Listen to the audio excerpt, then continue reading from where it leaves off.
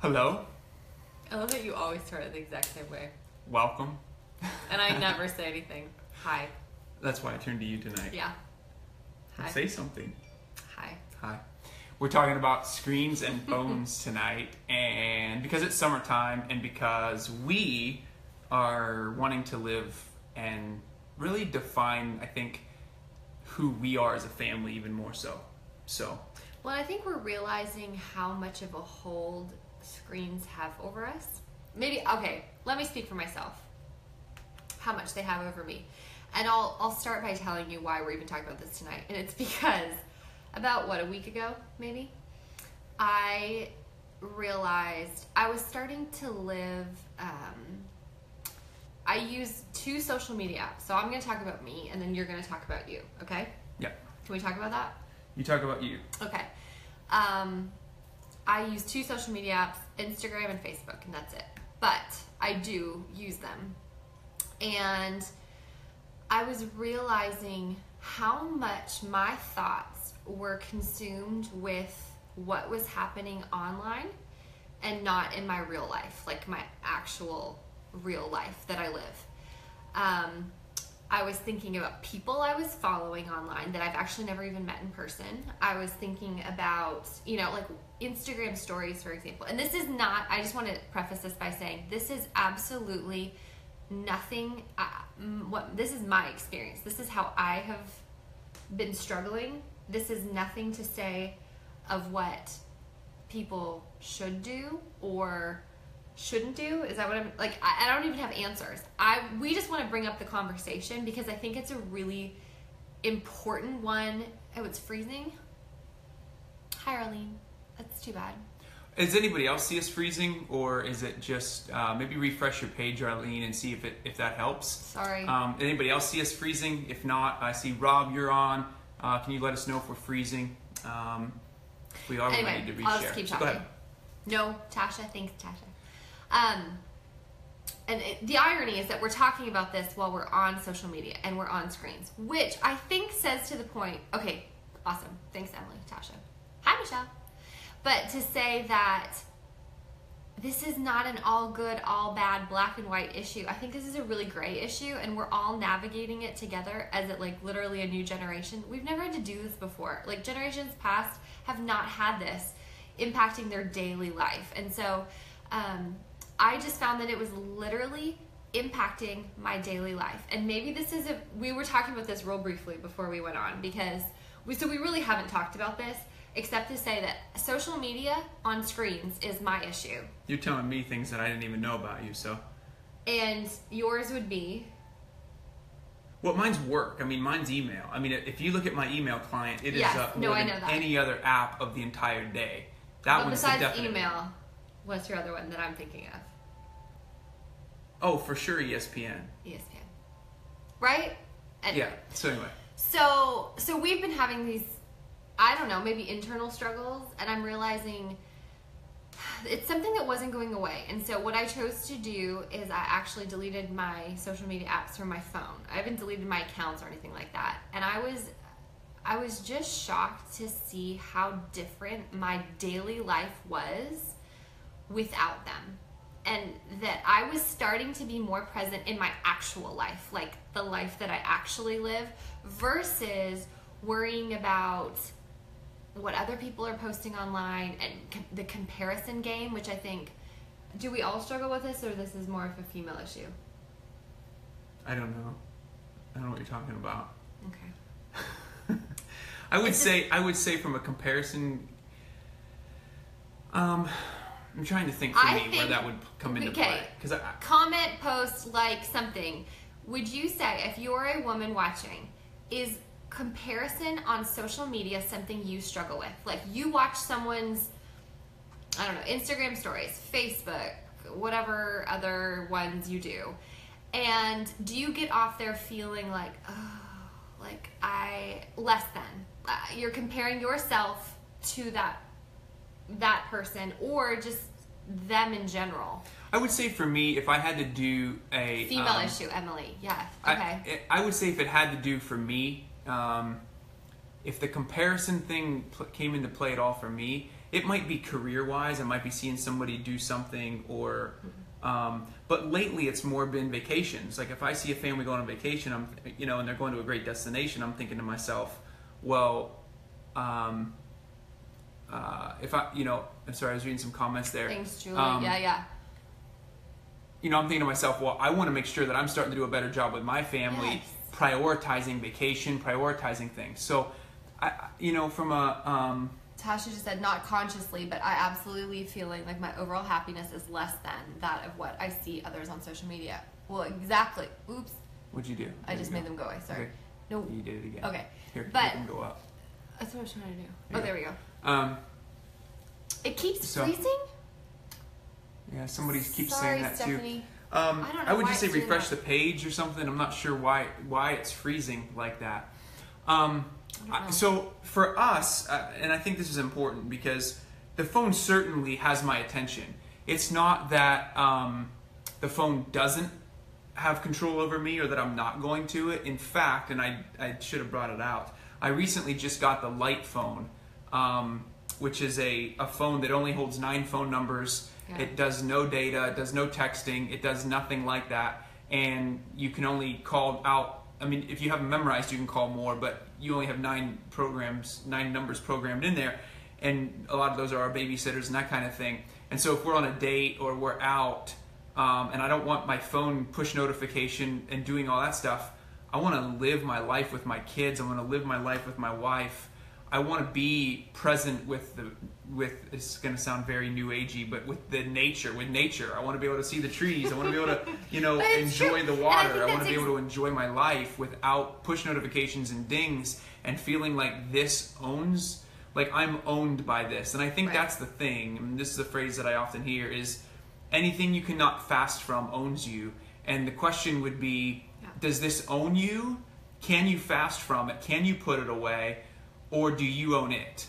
And I know for me as a man, and I was writing about this today actually, I don't want to be owned. Like from a competitive, manly nature, I don't want to be owned by anything. Like I don't even want to be owned by I want to be able to be in control of my emotions too. Like I was reading Proverbs today, and just that whole idea that having control of who you are, your emotions, is better than conquering a city. Like self-conquering, conquering your spirit, your who you are. I don't want to be owned by anything else. And so as a result of that, that's why I got the Light phone. That's why I put these boundaries into place. Now granted, like I say, news apps and ESPN to me are my biggest ones. I'm studying the news, I'm studying news apps, that kind of thing.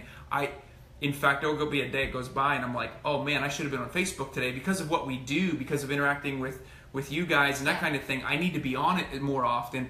And a lot of times I'll schedule posts and that kind of thing. But then I don't get on and interact and I'm like, oh, I should have been on there today. To me, social media is an afterthought. It's not the first thing I go to. It's the news stuff and it's the mail, it's the emails and that kind of thing, and it's the work that has me. So is it more for women, social media? Is that where we're... Let's ask this question, because I'd love for you guys to tune in on this. How is the phone robbing you, stealing your life? How is the phone or screens, and is it, maybe it's with your kids too, just tell us. This is about family. That's what we're talking about tonight. With our marriage, with for me, it's making sure that we are having fun in life, that we're setting goals, that we're vacationing well, that we're doing those types of things, and not allowing the phone to steal our joy. And so comment and let us know, where are you struggling with this? Is it news apps? Is it ESPN? Is it social media? Is it Instagram? Is it Facebook?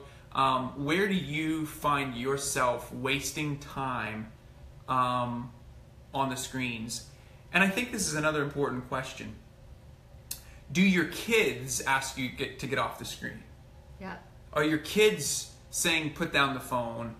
Yeah. That type of thing. So our daughter started saying to me, "Look around, Mom," which means, there's the comments. Sorry guys, there we go. The comments weren't Facebook for sure, a time stealer for sure. Yeah.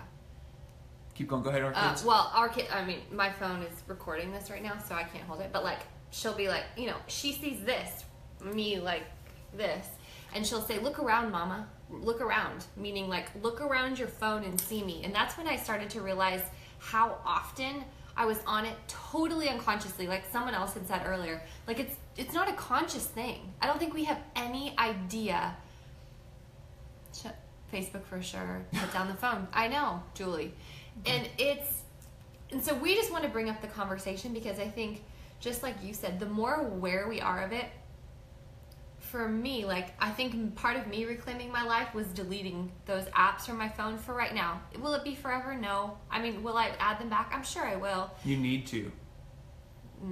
I know. No, I'm going to go back to this comment because Emily Yeah. made a great point. This is Emily right here. I mean, she's the same way. Okay. It's difficult when your business is literally social media. I have to Exactly. post on Instagram, YouTube, Facebook every day. I'd love to delete it, but I can't or my business takes a hit. It's the same thing with what we do. I mean, ministry online is a lot online for what we do. And so it's very important that that we are on, and I think for me, I'm still trying to figure out what that balance is. I know you definitely are. I can go on and I can schedule posts. The problem is I know on Instagram you can't schedule. So Facebook, it's easy to schedule posts ahead of time, then you don't have to be on. I can go post something and then shut it down and not look at any stories and do anything. I don't think you can do that. I think that's the difference. And I think too that the other thing is, like, it's that constant, like what Emily was saying, and this is true whether or not you have a business online or you're just posting, personal pictures. I think just the awareness of, like, it's this, I have no idea if this is male, female, just me personally, or just some of my friends that I know, that it's this, like, you are going through your days analyzing whether or not is this postable. Like, you do that? Oh, like if you're out, like if we're going on a vacation or something and, like, oh, should I post this? Like, yes. And wow. I hate that my life has become, I started to see it through that lens.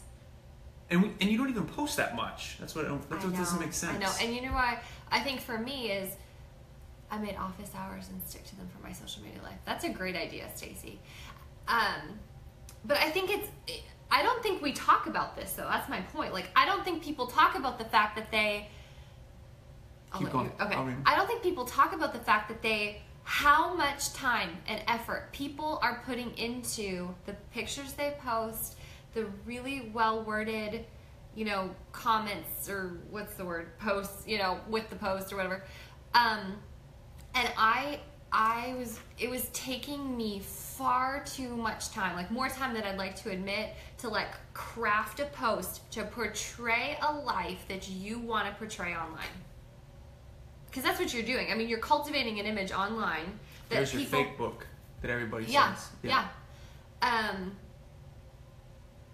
And I think if we were honest, that a lot of us do that. I mean, whatever it is we post, I mean, we're trying to cultivate an image of who we are and what we let our life to present, right, to others. It's clever because we're able to do it. Like, it's not that they're just watching our everyday life. I mean, you have very less control over that, right? Yeah. But I was not liking. How does the wife? Great question, Emily. Nobody knows what question. Oh, okay. Oh, how does a wife nicely ask her husband to get off his phone when he's constantly on it? Great question. We'll answer that here in just a second, Emily. Well, and by the way, we have a checklist. I put it in the title. It's at our website, joshuastraub.com/checklist. We also have an ENUP, an electronic nuptial agreement. Emily, this is what I'm going to speak to this question, and that's one of the things that we've done in our marriage is we put together an electronic nuptial agreement. I will post that in the comments section when we're done with the video. I'll post the link to download that. That's been really helpful for us. Basically what it does is it lays the guidelines. It's a one-page document. I mean, you can create it. It's a one-page document that really just says, and it could be 2 pages depending on what you need to do, but you're coming into that conversation ahead of time with each other saying, okay, listen, we need to put boundaries in place, and here are the specific boundaries that we're going to have as it relates to our phones. And so, it's something you've agreed on as a couple ahead of time, so that when you catch your husband on his phone, when he shouldn't be breaking one of your agreed on rules in the ENUP, Yeah. It's more of a, at least we found, it's more of a... It's easier for me to call you out on it than it is... You call me out. Dinner time is one of our ones that we don't... Mealtime. Anytime we're at a table having a meal, what'd I say? There are no dinner time. But we do it... We would recommend dinner time. We do it for any meal because we just don't want our kids to be watching screens while we're having dinner. We want them to learn that it's time to have dinner and talk to each other and tell stories and that kind of thing and value that. Yeah. So, nice. So Ty's interacting here with Emily just in terms of this conversation. So how do we get our spouses off of it? How do we have that conversation? You know, we set a limit on mealtime. We do a 24-hour fast from Sunday, Saturday sundown to Sunday sundown. We do no texting and driving, so that we know that we're not if she's in a car accident, I know it wasn't because she was texting. We do bedtime past certain hours. So, like for instance, when we're crawling into bed together at night, I know I get my cuddles from my bride as opposed to her cuddling her phone. That goes totally vice versa, by the way. No, of course it does, because and the reality is, because this is what's hard about it, and maybe you guys find this to be true too, because I would set limits too after the kids are down, because after the kids are down is when and like, comment if this is you too, it's after the kids are down, that's when we go our separate ways. Yeah. Or that's when we're more likely to go our separate ways. And you numb out on whatever it is that you numb out on. Yeah. And we also have no double screening. So, for instance, if we have a show that we're into together, and that's one of the things, like This Is Us is a television program that we've been watching, not now, not that time. I was going to say, that was like a long time ago. Yeah, it's summertime. No, it was like months ago. But she's watching her phone while we're doing this together, and I'm looking at her going, "You're double screening. You're not even with me." There was an awesome moment that happened, and I'm about in tears. Keep bringing that up, okay? And I'm like, "What are you doing?" There was one moment I've missed, and clearly it's still very personal. But I was able to tell you about it, and you were able to go, "What happened? Oh, I missed it. Oh," and you were like, "We have DVR. We could though. rewind it." So it was good. It wasn't that bad. It was perfect. So. But it is true. Yeah. So you missed stuff too, though. So it's definitely an issue, and I think it's important that we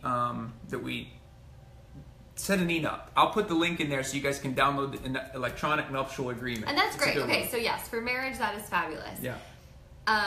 We talked about personal, and I think there's no answer to that. I think it's the awareness of it. I think we go through so many days completely unaware of how much time it's taking from us, or even completely unaware.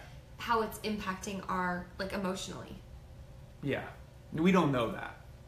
I think we're blind to it. I think we're blind to it until you get rid of it. Yeah. Can I just tell you? So I deleted it. I deleted, for those if you missed this. So I deleted my social media apps a week ago. By day 2, I can just tell, I was shocked at how different my day, like how different I was that whole day than, say, even the week prior. I was so much more level, and I was talking with a friend about this just tonight.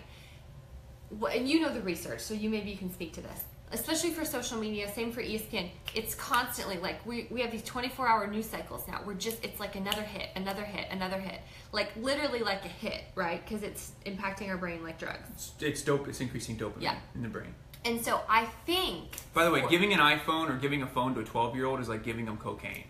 Literally, in the brain. It triggers the same parts of the brain. Because it's so addictive. That's insane. Go ahead. So, I think what I started to realize in myself is, like, I was going through the day, and when things get hard and you're raising kids and you're, well, for me, I was at home, or I'd be working and then coming home, and it was like, it was my respite. It was like my little hit throughout the day.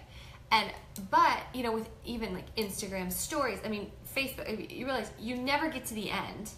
They create it that way. They make it that way. Yeah. So, like, Facebook, Pinterest, Instagram, you never get to the end. It just goes for an infinity. So they create it that way so that you stay on that particular because you platform. never get a sense of doneness. Yeah. You never completed anything. Yeah.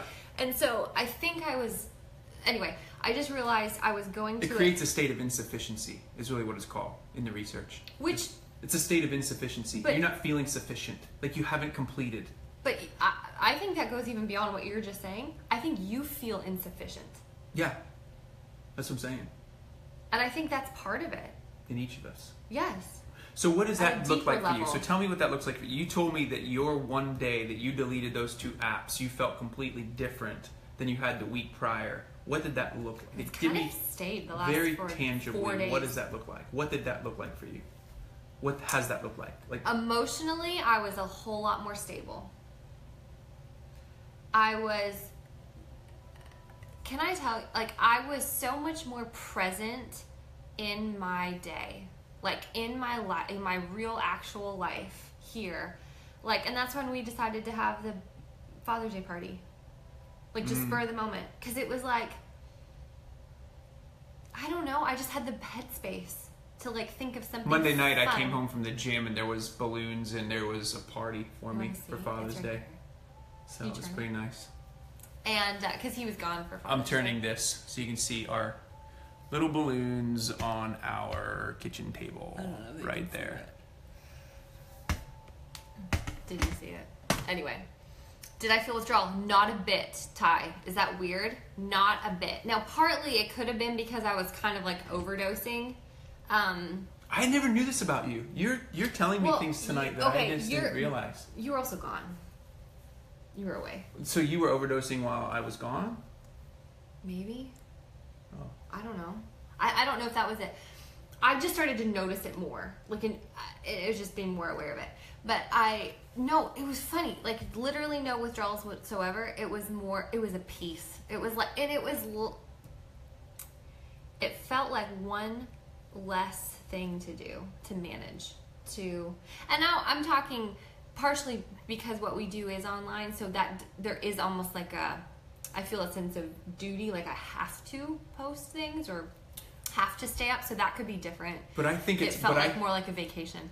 But I think more to the point of, and I can't remember who it was, said they schedule and they stick to that schedule. Yeah. That's the key. I used to do that, and I didn't. You have it, you get a schedule and you stick to that schedule. Yeah. And then and I think maybe it's even for us to go back to going, hey, look, here's the hours, and you need me to hold you accountable to that. We do that, as part of our ENUP. I would love to do that for you. I know you would. I would love to do that for you. Yeah. But I just think it's important that we have these conversations a lot, and I can tell, especially within the context of the comments that we're getting, especially within marriages, this is not something that I would say, do you guys talk about this? Just let us know. Or do you not talk about it with your spouse? Or is it a touchy subject? It used to be a touchy subject for us. That's what we found. It's become the elephant in the room for a lot of families and a lot of marriages. Yeah. And so we've just... real bad one with that. We called the elephant out early. I would say a number of years ago now it was. And made an ENUP. That we called it out and put it together because we were realizing what it was doing for us. So I now use the Light Phone, which is a fantastic. Just to go to thelightphone.com. Maybe that's what I need. You need a Light Phone, but and I mean for me, and I'm going to go back to what Ty said because touchy subject, yeah. And I think that again, I'm going to say this because it's important, Emily, to your question about even your husband is being able to go on. When your spouse is using a screen and you're going, how do I, talk to my spouse when they're constantly on it? I use this in our book, in the book Safe House that I wrote. It's the golden rule of relationships. In order to be understood, we must first understand. And I would really encourage you, if to ask questions like, what is it that you're on, and not in a way. Tone of voice matters. When you ask matters. Those types of things, how you bring it up. So for me, if I'm talking to Christy, I might bring it up in such a way where I put the onus on me. You're smiling. I put the onus on me, and I'm like, man, I've been really struggling lately with this, and but here's why. What is it for you? Where do you feel like you struggle? What is it for you that you struggle with? What do you struggle with? You see how I do that? Yeah, it works. I'm picking up on that. Yeah. And so, you're very delicate. Actually. But it's really getting underlying motivation. Like, what apps are they on? Instagram and Facebook. I already told you that. Light, Light, Jody, Light. I'll put the and no, it's discussing it early in marriage. Yeah, Light Phone. I'll put that link up there as well. As also to the ENUP. It's in the office. Oh. There you go, Trent. So I think it's great. So Trent, thanks for joining tonight. I think that it's not tonight where you are. I don't think so. It's probably morning. Tomorrow morning. I was going to go to this point too, because I think it's important, is the point of us using phones as parents, as adults, and the impact that that's having on our kids. Ty mentioned earlier, I think it was you, Ty, that mentioned in there about, maybe it wasn't Ty, it was somebody saying I'm wasting time. I know I'm wasting time scrolling through Facebook when I know that I could be spending time with my kids or being more productive around the house. I think for me, my problem is I'm not scrolling Facebook as much as I'm constantly going back to my emails. And it's my emails. It's my emails way more than it is ESPN. My emails are, if you looked at the data, it's email. My email client is probably 75%.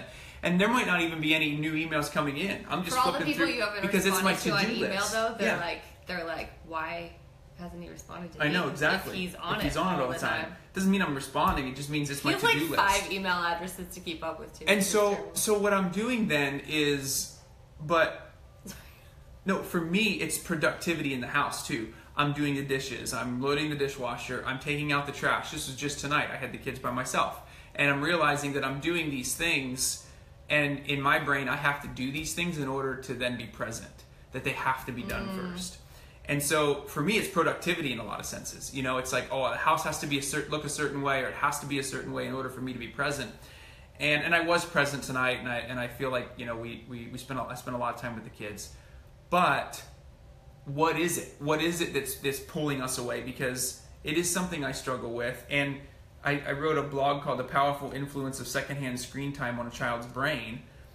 Secondhand screen time on a child's brain is relevant. We did a podcast episode on this as well, and it's showing that when kids are, what it's doing is it's inhibiting. So when a child is looking to mom and dad for attention, when a child is looking to mom and dad for food, sleep, needs, whatever it is that the child is needing, and you know, we're sitting here, you know, on our phone and we're checking something. Yeah, honey, I'll be right with you. Okay, yeah, I'll be right with you. Hang on 1 second. Just give me 1 more minute. Okay, hang on a second. I'll be right there. I mean, you just feel that right now. Put yourself in your child's shoes. It's shutting the pleasure system down in our children's brains. This is what research shows. Because we live in a state of continuous partial attention. We're continuously only paying partial attention. We're not paying full attention to any one thing or any one person. Hence why I deleted particularly our kids social media. And so what it's doing is it's inhibiting our kids' pleasure system because we're getting them heightened up. Yes, I'm going to be there, and then we're not. Oh yes, I'm going to be there. Oh no, I'm not.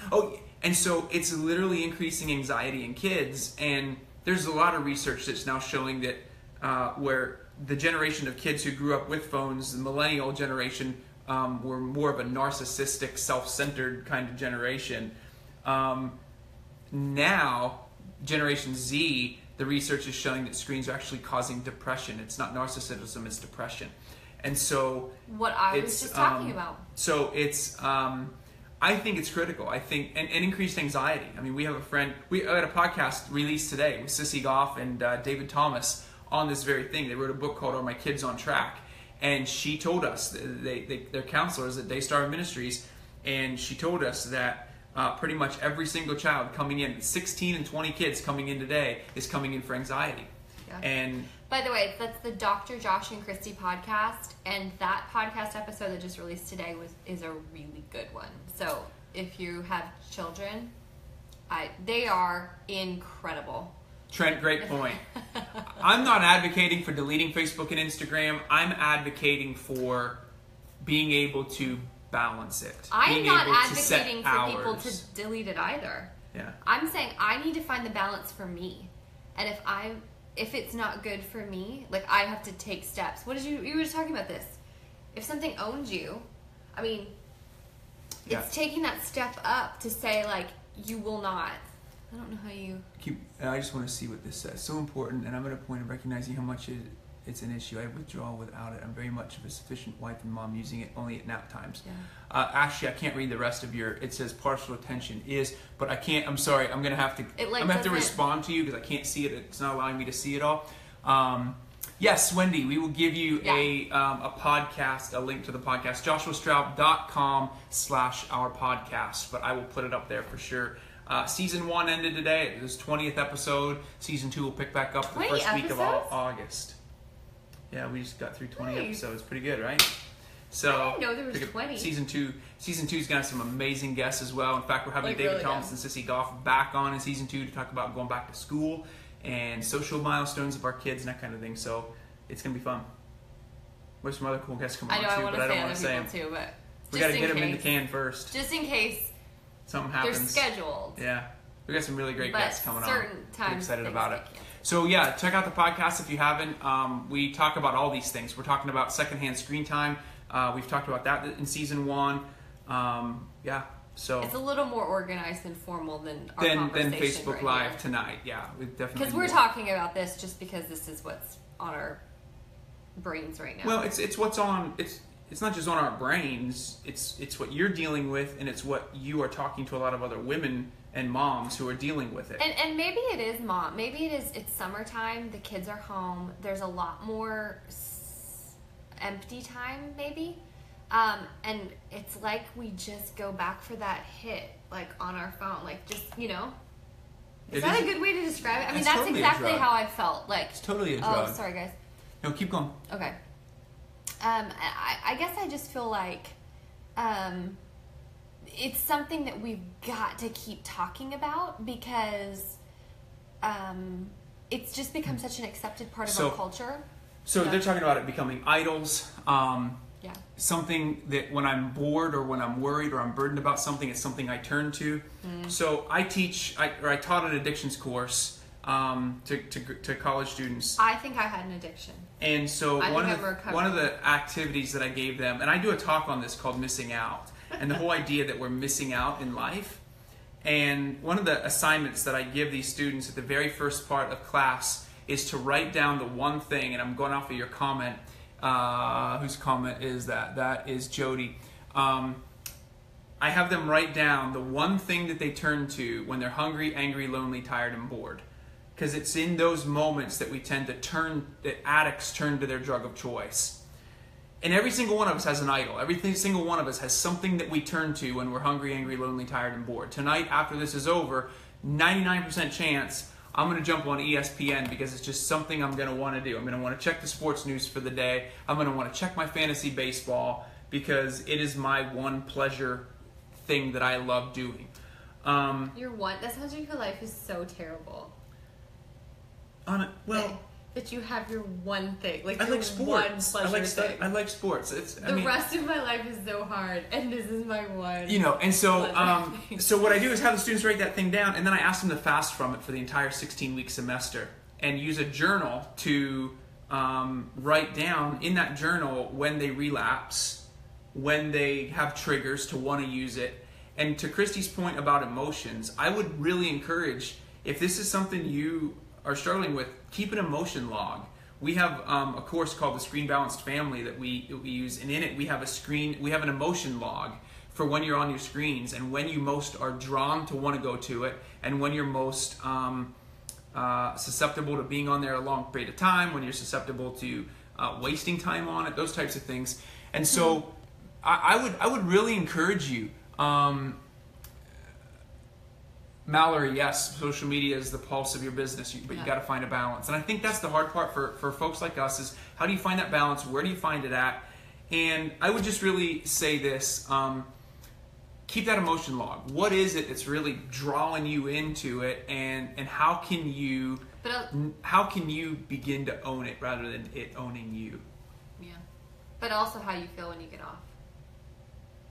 And how you feel when you get off, absolutely. Yeah. You hungover? No. You have a hangover? No, but I think there's sadness, it's like a hangover. There's you're depressed. Depression. There's anxiety. There's. So you go back to it again to get the hit. It's a drug. Sick. Yeah. It's a drug. It is. And if we don't limit our kids, we could lose an entire generation of kids. I think emotionally and spiritually. I just believe that. I think it's the modern day Baal. It's the one idol that we turn to. It's the socially acceptable way to distance ourselves from Jesus. And from one another. I mean, you guys see how many marriages have been impacted even just in this conversation as well. So, you know, I worry about our kids. I really do. So, amen. There's that. But I think one thing too is you mentioned Screen Balanced Family, and like we've done this. I mean, we've talked about this a ton, and here I am. I thought I've been doing fine, better, and just it's like this is not a constant thing. This isn't something we have to like fix or be better at forever. I think it's just a continual going back and reworking the awareness of it, of what it's doing to you, what it's stealing from you, what it's taking from your family. Keeping it at the forefront of your mind, yeah. Just that awareness, as opposed to this passive just addiction. Yeah. Yeah, that we're unaware of. Yeah, because I mean, at the end of the day, and this is another podcast that it sounds like we're pushing our podcast, which I am a little bit. But we had an episode with Gabe and Rebecca Lyons, and I loved what Gabe Lyons said was, it's teaching our kids to be human. I mean, I think we've lost what it means to be human, to really just interact with one another and be present in relationships without constantly with your hands and being on the phone. Yeah, having hobbies and interacting with each other at dinner times and meal times and those types of things. So, and if you have, like, we'd want to hear from you. Like, what do you struggle with as it relates to the phone? How does it impact your closest relationships? Are your kids the ones dealing with it? Or is it you dealing with it? Is it coming between you and your spouse? Let us know what those are. We would love to interact with you after this Facebook Live is over and just have those conversations. Because I'm quite sure none of us are unaffected by it. There's none of us that are like, actually, I think I'm great with it. Everyone else in my world is great with it. Like, if that's you, you're probably not watching this video right now. That's exactly right. Yeah. They're off camping in the Himalayas or something. Yeah, exactly. Enjoying life. Yeah. Which we're going camping. We're going camping next week, and it's gonna be amazing. We haven't made it one night in our backyard. It's a whole night ever. So we're going for 4 nights. So it's gonna be awesome. We're gonna do it. Wish us luck. We're gonna make it happen. It's gonna be fun. And you know what I'm not gonna do?